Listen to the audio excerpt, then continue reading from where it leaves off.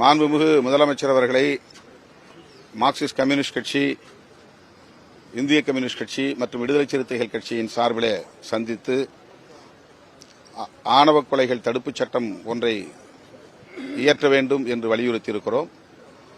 இது குறித்து ஏற்கனவே வெளிவந்திருக்கிற மசோதாக்கள், பரிந்துரைகள் ஆகியவற்றை மேற்கோள் காட்டி அவரிடத்திலே விளக்கியிருக்கிறோம்.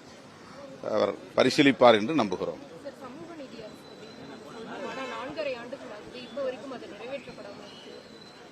எது நிறைவேற்றப்படாமல் இருக்கு? இல்ல, இந்த சட்டம் என்னை பொறுத்தவரையில இந்திய ஒன்றிய அரசால் கொண்டு வரப்பட வேண்டிய சட்டம். ஏனென்றால் இது ஒரு தேசிய அளவிலான பிரச்சனை.